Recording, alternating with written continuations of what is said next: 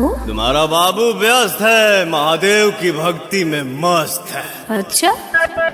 और सावन सुनो तुम नजर नहीं आना, तेरा बाबू हो चुका है महादेव का दीवाना।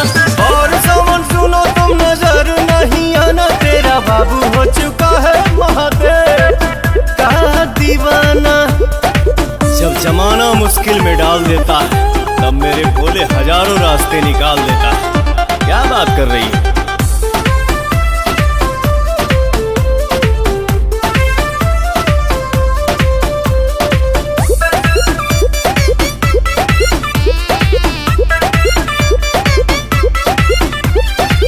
ऐसन बोला के हूँ करे लका, 24 घंटा ध्यान धरे लका।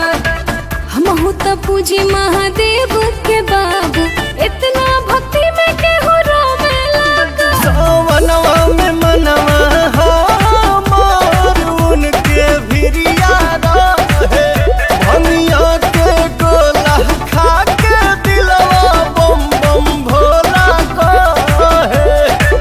इतना सताते हो, मिलना आते खाली करते हो तुम तो बहाना। बाबू मिलो ना यार।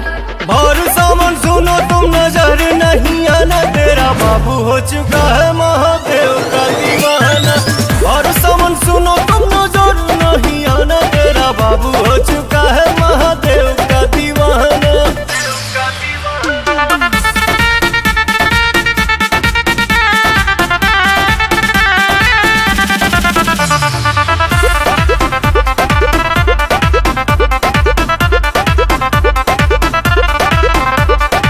मिले के मन बड़ी करता हो, धीरज न दिल धन धरता हो। अच्छा, कतने दिन भइल देखला सुरतिया, तोहरा पवन रोवा जो रहता हो। मोह माया के नगरी से कुछ दिन ही दूर रहीला।